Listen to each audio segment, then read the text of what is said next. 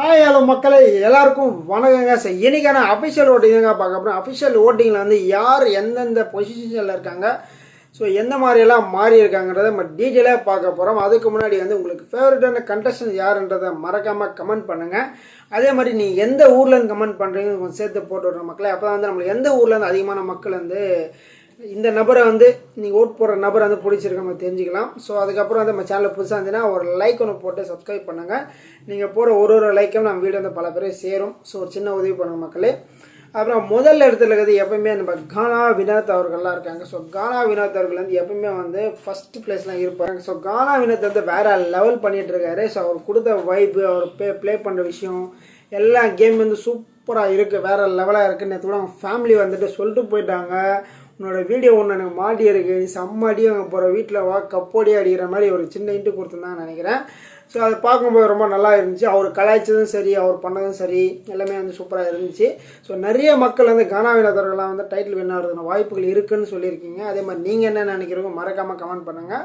So எனக்கு தெரிஞ்சு கானா வினோத்தோட voting அவரோட கேம் நல்லா இருக்குது, அவர் ப்ளே பண்ண நல்லா, எல்லாமே டேலண்ட் இருக்குது, வேறு லெவல் டேலண்ட் இருக்குது. பட் வந்து அவர் கிட்ட இருக்க ஒரே ஒரு மைனஸ் என்னென்னா வந்து வாய்.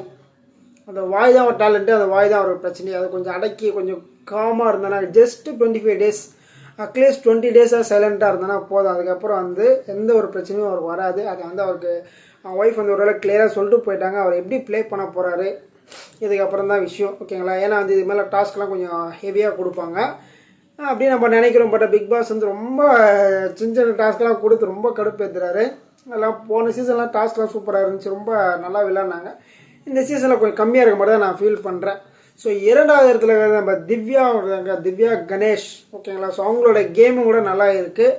ஸோ அவங்ககிட்ட வந்து முக்கியமான ஒரு விஷயம் என்னென்னா, எப்போ வந்து சாண்ட்ரா பிரஜன் இவங்களை விட்டு வெளில வந்தாங்களோ அப்போதுலேருந்து அவங்க கேம் நல்லா இருக்கு. இல்லைனா வந்து அவங்க ஒரு சேஃப் ஜோன்லேயே இருந்தாங்க, ஒரு சேஃப் ஜோன்லேயே இருந்துட்டு அவங்க 3 பேருக்குள்ளேயே வந்து ஃபுல்லாக பேசிகிட்டு இருந்தாங்க. ஸோ பிரஜன் போனதுக்கப்புறம் வந்து சாண்ட்ராவோட கேம் ஒரு பக்கம், திவ்யாவோட கேம் ஒரு பக்கம் மாறி இருக்கு.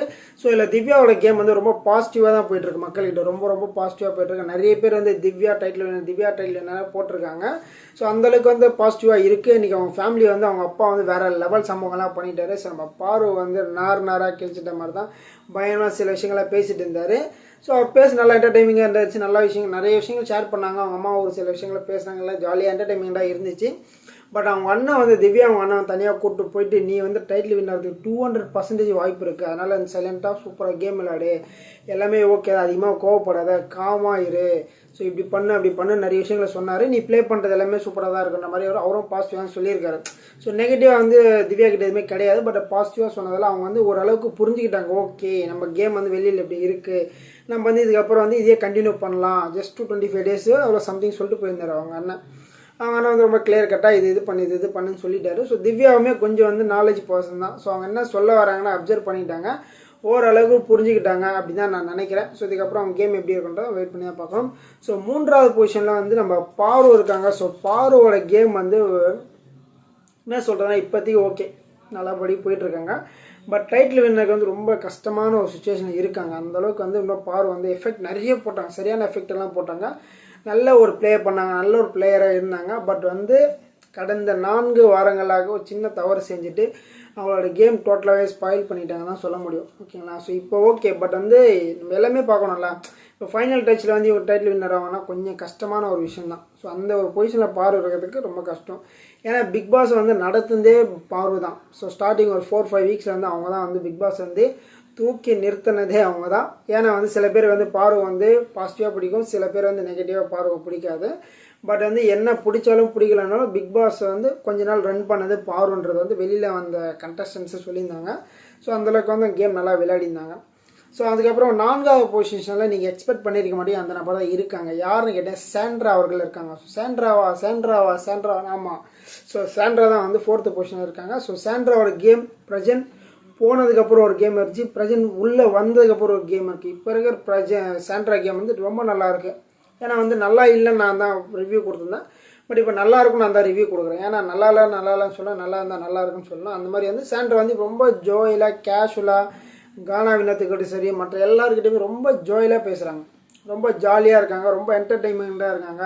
இப்போ கூட இந்த டான்ஸ் எல்லாம் போட்டு பயங்கரமாக ஃபைட் பண்ணியிருந்தாங்க, செம்மையாக இருந்துச்சு. டான்ஸ் எல்லாருமே சூப்பராக டான்ஸ் ஆனாங்க, எல்லாம் நல்லா என்ஜாய் பண்ணாங்க. ஸோ சாண்ட்ரா வந்து டோட்டலாக வந்து வேறு மாதிரி சேஞ்ச் ஆகிட்டாங்க. 3 வேரியேஷன் இருந்துச்சு சாண்ட்ராக்கு. ஃபஸ்ட்டு சூப்பர் கேம் இருந்துச்சு, அப்புறமா வந்து அழுதுகிட்டே இருந்தாங்க. அதுக்கப்புறம் இப்போன்னு பார்த்தீங்கன்னா வந்து ஃபுல் வைப் பண்ணிவிட்டு என்டர்டைன்மெண்ட் பண்ணிகிட்டு இருக்காங்க. இதுதான் மக்கள் வந்து சாண்ட்ரா கிட்ட ஃபஸ்ட் எதிர்பார்த்தாங்க. பட் வந்து அவங்க வந்து அந்த ஒரு 1 வீக்கில் வந்து சாண்ட்ரா மேலே அவ்வளோ ஹேட்டர்ஸ் வந்துட்டாங்க. அவ்வளோ பேர் எனக்கு வந்து கமெண்ட்ஸ் போடுறாங்க, சாண்ட்ரா பார்த்தாலே வெறுப்பாக இருக்குது, சாண்ட்ரா என்ன இப்படி பண்ணா, எப்போ தான் அழுதுகிட்டே இருக்கிற மாதிரி நிறைய கமெண்ட்ஸ் வந்திருக்கு. சேதனம்னு சொன்னேன், ஒரு வாரம் ஃபுல்லாக நீ அழுதுகிட்டே இருந்தீங்கன்னா மக்கள் எப்படி உங்களை வந்து பார்ப்பாங்க அப்படின்னு கேட்டிருந்தாங்க. கரெக்டு தானே?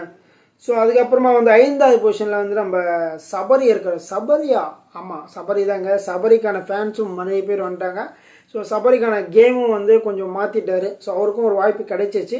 ஸோ அந்த கோட் டாஸ்க்லேருந்து அவரோட வாய்ப்பு கிடைச்சி அவர் யூட்டிலைஸ் பண்ணிவிட்டு நல்லபடியாக போய்ட்டுருக்காரு. இது வரைக்குமே நல்லபடியாக போய்ட்டுருக்காரு.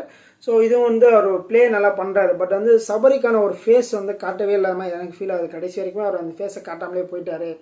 ஸோ ஏன்னா சபரிக்கிட்ட வந்து பேச்சு திறமை நல்லா இருக்குது, ஸ்ட்ரைட் ஃபார்வர்டாக பேசியிருக்கலாம், ரொம்ப ஸ்ட்ராங்காக பேசியிருக்கலாம். பட் அதெல்லாம் அவர் அவாய்ட் பண்ணிவிட்டு ரொம்ப ஸ்மூத்தாகவும் ரொம்ப சாஃப்டாகவும் ரொம்ப நீட்டாகவும் பேசிட்டு ஸோ இவ்வளோ நாள் ட்ராவல் பண்ணுற இல்லைன்னு சொல்லலாம். பட் இன்னும் அவரோட இன்னொரு முகத்தை காட்டியிருந்தாருன்னா இன்னும் நல்லா மக்கள் வந்து நிறைய பேர் ஓட்டு போட்டிருப்பாங்க. நல்ல ஒரு கேமர்னு சொல்லி இன்னும் நல்ல பேர் எடுத்துக்கலாம். அவங்க ஃபேமிலி வந்ததுக்கப்புறம் கொஞ்சம் அவங்க அக்கா சில விஷயங்கள்லாம் சொன்னாங்க, அவங்க அம்மா சில விஷயங்கள்லாம் சொன்னாங்க. ஸோ எல்லாருமே அவங்க ஃபேமிலி வந்தோன்னா சில விஷயங்கள்லாம் நோட் பண்ணி வச்சுக்கிறாங்க. நோட் பண்ணி வச்சுட்டு இதுக்கப்புறம் கொடுக்க போகிற டாஸ்க்குங்களாம் எப்படி விளையாட போகிறாங்கன்றதை நம்ம வெயிட் பண்ணி தான் பார்க்கணும். ஸோ அதுக்கப்புறமா வந்து 6வது இடத்துல கனி இருக்காங்க. ஸோ கனியோட கேம் பார்த்தீங்கன்னா வந்து அதாங்க நியூட்ரலாகவே தான் போயிட்டு இருந்துச்சு கனி. ஸோ நியூட்ரலாகவே அவங்கள எவ்வளோ முடியுமோ அந்தளவுக்கு அன்பு கேங் கூட சேர்ந்து ஓரளவுக்கு வந்துட்டாங்க. 84 டேஸ் கிட்ட டச் ஆக போகிறாங்க. அந்தளவுக்கு வந்து அவங்க அன்பு கேங் வந்து ஃபாலோ பண்ணிட்டாங்க. ஸோ லாஸ்ட் சீசனில் இருந்த அர்ச்சனா, அதுக்கு முன்னாடி இருந்த அர்ச்சனா நிறைய பேர்லாம் வந்து இருந்தாங்க. பட் அவங்களாம் டக்கு எலிமினேட் ஆகிட்டாங்க. பட் இந்த சீசனில் வந்து அன்பு கேங் வந்து வின் பண்ணது நம்ம கனி அவர்கள் தான். ஓகேங்களா? ஸோ அதுக்கப்புறம் வந்து கனியோட தங்கச்சி வந்தாங்களே விஜயலட்சுமி, அவங்க ஒரே ஒரு அர்த்தம் சொன்னாங்க, இவங்களெல்லாம் நீ லெஃப்ட் ஹேண்டில் ஹேண்டில் பண்ணணும், அப்படி இருக்காமல் நீ என்ன இப்படி பண்ணுறக்க பயமாக திட்டி விட்டாங்க. நீ என்ன இப்படி கேம் விளையாடுற மாதிரி சொல்லாங்க. ஸோ விஜயலட்சுமி மாதிரி கேம் விளையாட முடியாது கனியால். ஸோ அவங்களோட கேம் அவங்க விளையாடி இருக்காங்க. ஸோ பட் அவங்க என்ன சொல்ல, என்னால் வந்து ரொம்ப மாற்ற முடியாது, நான் எப்படி இருக்கணும் அப்படியே இருக்குன்ற மாதிரி வந்து அவங்க ஒரு ஸ்டாண்டில் இருக்காங்க. ஸோ அவங்களுக்கு என்ன ஒரு மாதிரி தானே பண்ணணும், ஒன்று முன்னாடியே ஃபயராக இருந்திருக்கணும், இல்லை அதுக்கப்புறம் ஃபயர் ஆகணும், இல்லை இப்போயாவது மாறணும். அவங்களால முடியலன்னா வந்து அவங்க நேச்சுரலாக அவ்வளோதான் எதுவும் பண்ண முடியாதுன்னு அர்த்தம். ஸோ அதுக்கப்புறம் அது 7வது பொசிஷனில் வந்து நம்ம ஆரோரா இருக்காங்க. ஆரோராவோட எப்படி சொல்கிறேன்னா, ஆரோராவுக்கும் நிறைய வேரியேஷன்ஸ். ஸோ வெளியில் போகலாம் அப்படின்னு நினச்சிருக்கும் போது 4வது வாரமாக 5வது வாரமாக இருந்தாங்க. பட் வந்து நான் வெளியிலேயே போக மாட்டேன்டான்னு சொல்லிட்டு இப்போ பயங்கரமாக பவுன்ஸ் பேக் ஆகிட்டு பயங்கரமாக ப்ளே பண்ணிகிட்டு இருக்காங்க.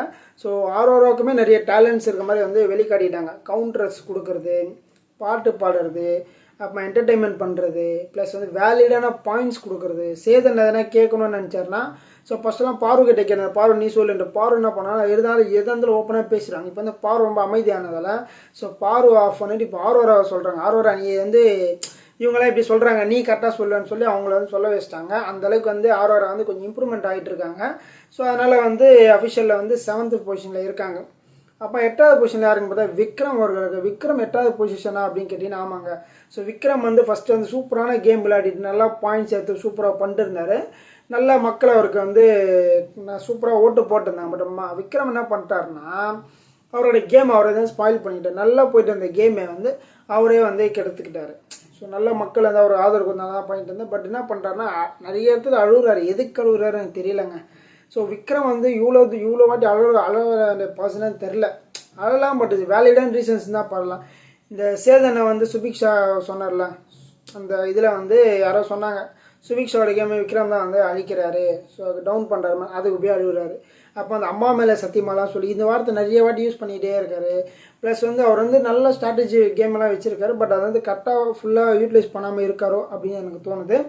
அதுக்கப்புறம் வந்து 9th பொசிஷனில் அமித் இருக்கார். ஸோ அமித் வந்து ரொம்ப நல்ல மனுஷன், ரொம்ப ஜென்டில் மேன், வேறு லெவல் பர்சனு. ஸோ இதெல்லாமே இருக்குது. பட் வந்து அவர் கேமில் வந்து இது எல்லாத்தையும் காட்டல. ரொம்ப அமைதியாக இருந்துட்டு ரொம்ப ஸ்மூத்தாக போயிட்டுருக்காரு. ஸோ இதெல்லாம் வந்து ஒர்க் அவுட் ஆகாதுல்ல. ஸோ அமித்துக்கு வந்து பெரிய ட்ராபேக் நான் என்ன ஃபீல் பண்ணுறேன்னா வந்து எல்லோரும் சொல்கிற அட்வைஸுமே உட்காந்து பொறுமையாக கேட்டுட்ருக்காரு. இந்த பிக் பாஸ் வீட்டுக்குள்ளே வந்து பொறுமையாக இருக்கவே கூடாது.